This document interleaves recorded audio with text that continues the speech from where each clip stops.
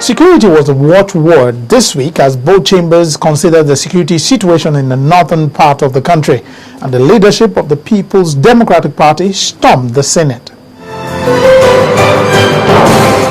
This is the gavel. I'm Lanre Lasisi. Welcome. Now, a lot of meetings took place in the National Assembly this week, from leaders of the ruling party to security chiefs and others in between. The House of Representatives also held a public hearing on the review of the Constitution. Let's start with the meeting between the Senate and the security chiefs. On Tuesday, December 3rd, the Senate scheduled a session with security chiefs in the country to receive a report on the emergency rule in the northeastern part of the country. On Friday, 6th of December 2013, however, the attack on military bases in Maiduguri, the Borno state capital, forced a change of date. They are set to come, Mr. President, but because of the incident in Maiduguri yesterday, where there was a massive Boko Haram attack on the airport and the metropolis, some of them are obliged to go to Maiduguri. And we think that this Senate should get a very comprehensive report on the security situation, including what happened yesterday.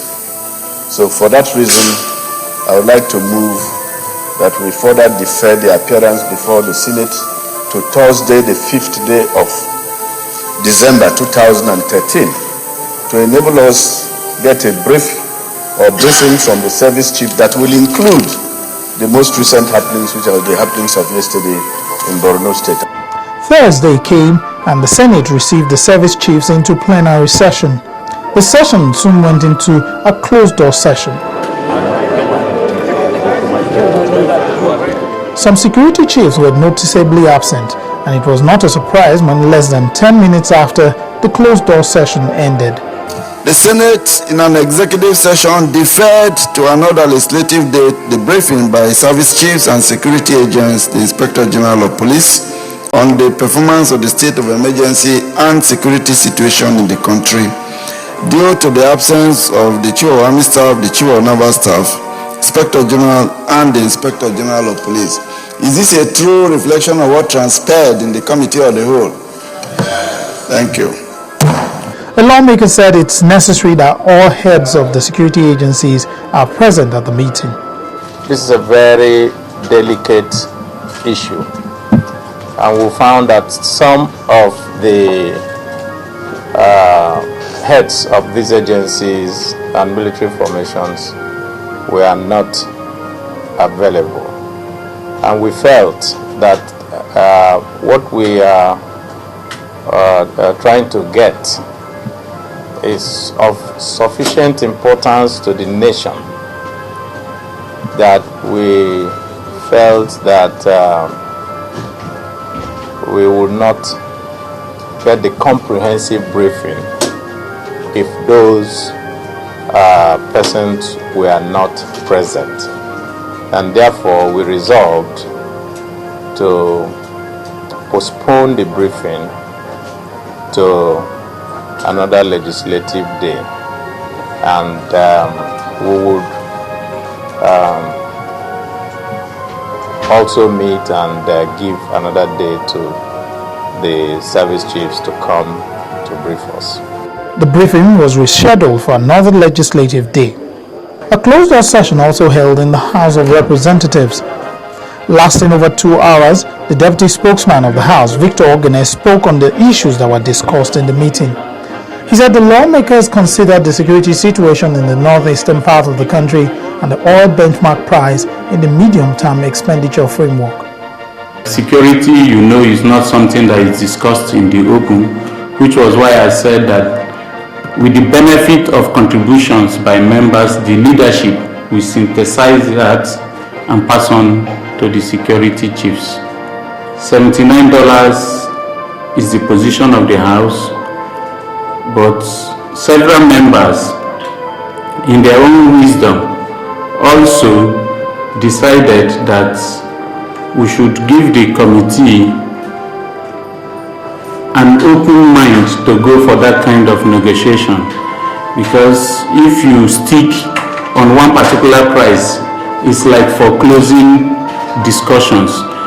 So if there are superior arguments or fresh facts that will be put before the committee regarding why there has to be a shift, I'm sure the committee is better informed now to take a decision at the conference committee level.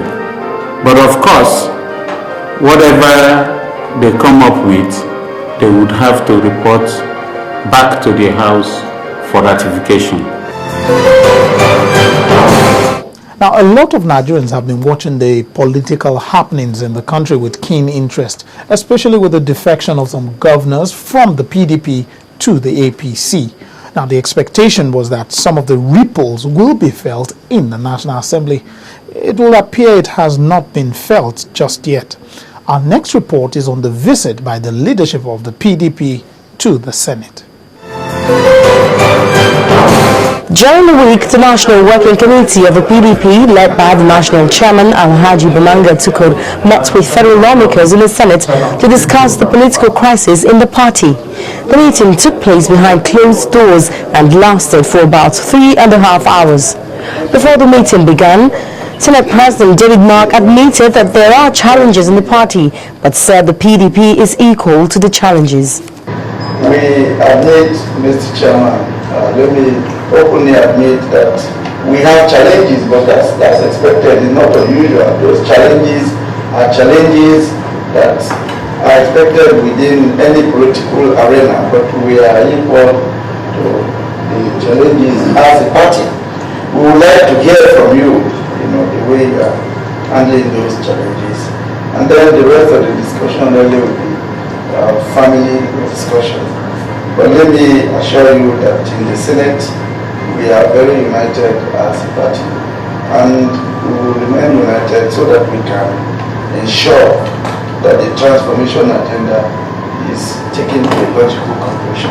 After the meeting, Alhaji Bamanga Tukur said party members had a frank discussion on several issues, but he denied discussing the issue of the defection of lawmakers from the PDP to the APC.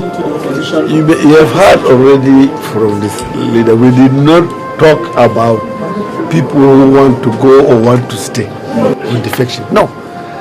We came here, I came here because it's the first time I'm coming to meet my family. They are my members. What is your message for them? What did you tell them? My message? We are now going to do what I can. It's my entrenchment of democracy, entrenchment of discipline, entrenchment of good governance. Okay. Did you come because former PDP Chairman Baraje also led some delegation to see the Senate President and the PDP caucus earlier? Of course not. Of course not. This is PDP. And there's no other PDP. Did you discuss the impact of the defection of the 5 governors? Have they? We have not done yet. But for observers in the National Assembly, it is clear that change in the political landscape is taking a serious turn in the House of Representatives. A motion seeking to condemn the dissolution of Obio Akbor Local Government Council of Rivers State by the Rivers State Governor was soundly rejected by the House of Representatives. Moving the motion as a matter of urgent public importance, the lawmaker Linus Okorie said such action was taken illegally. A matter of urgent public importance relating to the issue of the dissolution by executive fiat without complying with extant laws of the legislature of the Council Obio Akbor Local Government in Rivers State, which incidentally this House can only raise it because we're now standing as the House of Assembly of Rivers State. Mr. Speaker, the law is very clear by that House, which is our law now, that this cannot be done unless the legislature approves it. What I'm only asking the House to do is to look at that dissolution and look at the law that is standing in Rivers State today, which is our law, and determine if it is right, then we support it. If it has been done wrongly and against the law, then we say so. This House is known to stand for the weak and for democracy and for the law. That is my application, Mr. Speaker. The motion was, however, not taken as it was defeated when the Speaker, Aminu Tambuwal, put the motion to a voice vote. Those in support that the matter is urgent and important enough for the House to take and consider should please say aye. Those against, please say nay. The nays have it. Speaking afterwards, the sponsor of the motion said he accepts the decision of the House, but would not be surprised if the motion comes up again. It shouldn't stand, but I stand by the decision of the House in its wisdom, because in democracy, majority has its way. But it's important that Nigerians know the reason and the background for which this motion was intended to be brought up. And I believe, though it hasn't come, many members will still have to look at this, and if they still consider strong enough, feel strong enough about it, I won't be surprised if this motion comes back to the floor of the House. He was, however, baffled by what appeared to be clear party sentiments that motivated the outcome of the vote. I don't want to believe that the shouting of that party name suggests that people who belong to that party were acting less than anything that they should act. I believe sincerely that they acted, the House itself, the majority, acted in its wisdom to reject. But after rejecting that shout, I am sure people are no longer a record of the House.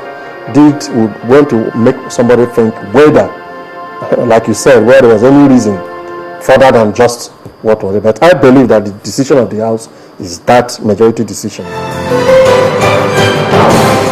I'm not sure if you know that the National Assembly can help mediate in cases that involve individuals or groups. Well, they do. Some workers who felt they were unfairly treated were before a committee of the House of Representatives this week to seek their intervention. All the parties involved in the matter were gathered for the hearing.